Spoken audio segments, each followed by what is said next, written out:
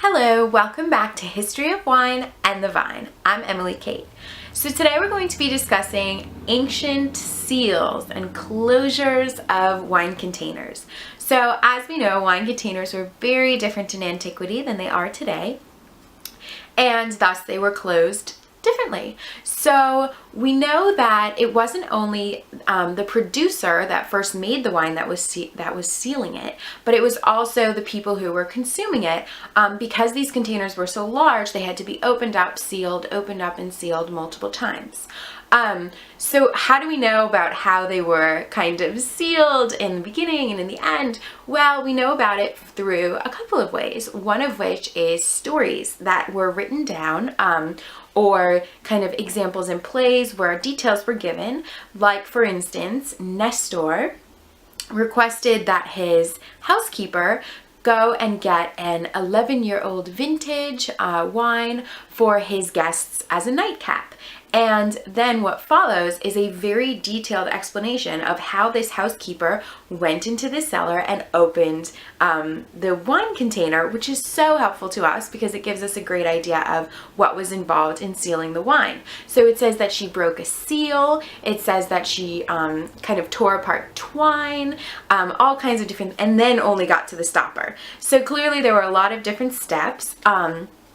And actually, all of these wines, as I said, were resealed, but one would think that they were just resealed when there was wine still left in them. But actually, there's a little anecdote I love about Cicero's mom, who was apparently quite a lady. And she actually would go and seal every empty amphora because she didn't want anybody going into her cellar, finishing off an amphora and then throwing it out with her empty amphora, and then kind of she wouldn't know that it was being used. So she put her personal seal on all of her empty amphora to make sure that if she went in and checked, that there wouldn't be anybody that was kind of going through her cellar or trying her wines or anything like that. So crafty woman, eh? So how did they actually seal them?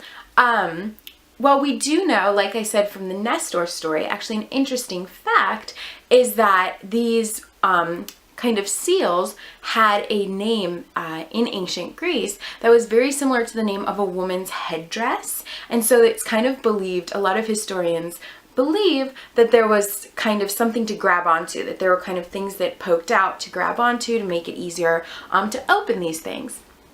But one of the best ways that we have to figure out how these things were sealed is by looking at them. So I'm going to show you a picture. I'm pretty sure I've showed you this before, right here at the top. And this is an underwater excavation. This one was Pompeii to Marseille.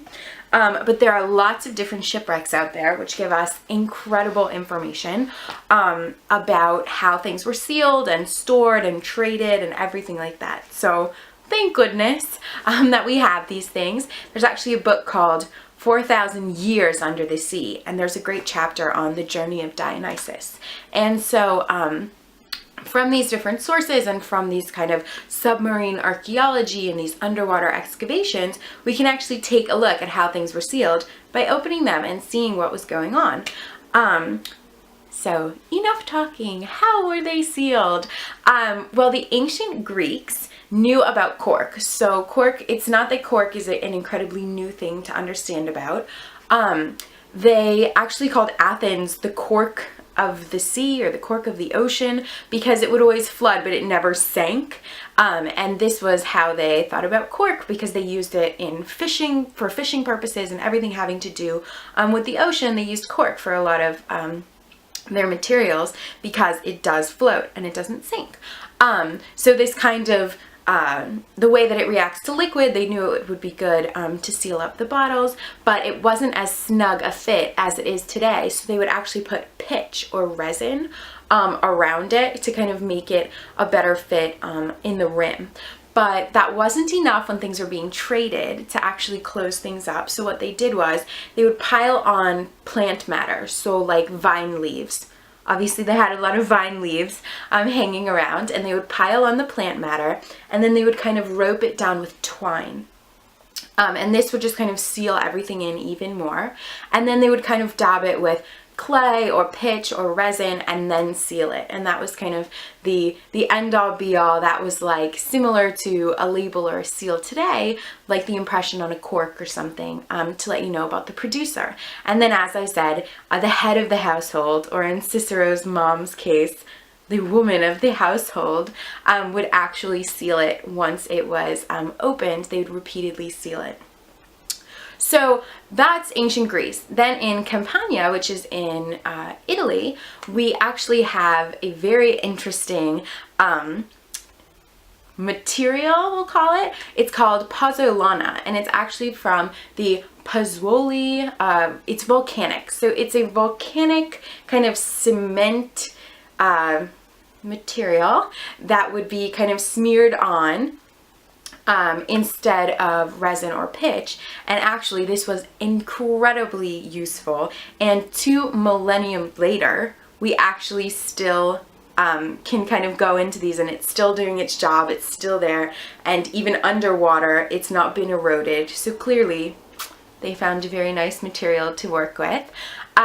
But things were pretty much done in a similar way there as in with the one I described in ancient Greece, but they just used that pozzolana. Next, we will talk about Egypt. So ancient Egypt, no cork, not as big on the cork in ancient Egypt. They actually used these like lids, these clay pottery lids, like saucers. And they would put these on top, and then they would put a whole bunch of like alluvial clay, like some kind of yellowish clay, and they would smooth it out into like a conical shape. So it would come to a point, like a peak at the top, and then they would smooth it out over the shoulders of the amphora. And interestingly enough, this was kind of the first lid that they put on. And they would stick like a reed or something hollow inside, so that there was a place for gas to escape, because sometimes fermentation wasn't completely over. Sometimes there would be secondary fermentation that would happen, and if you don't have a way for gas to escape, you just have an explosion. So I have a picture. I hope you can see it. It's right here at the top. We have looked at it before, and it's just the different types of lids. So I'll explain. So that first one that I was just discussing, I have a close-up of a real one, so a picture of it.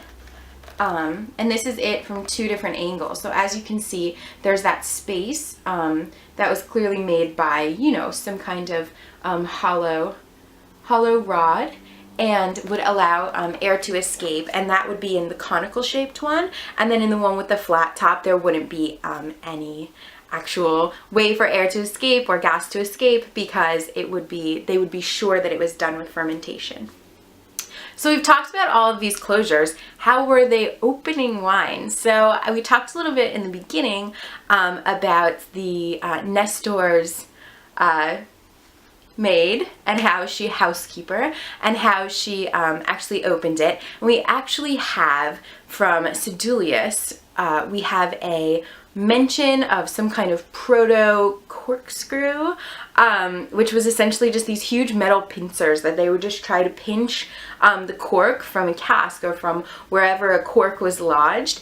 And instead of actually taking it out, generally what this would do is just create like fissures and holes, and then you would just ooze and drip out the wine little by little. So I don't know how useful that was, but clearly it was, it's been a long time coming with the corkscrew. So I hope that you enjoyed learning about these ancient closures of the wine containers, and I will see you next week. Cheers!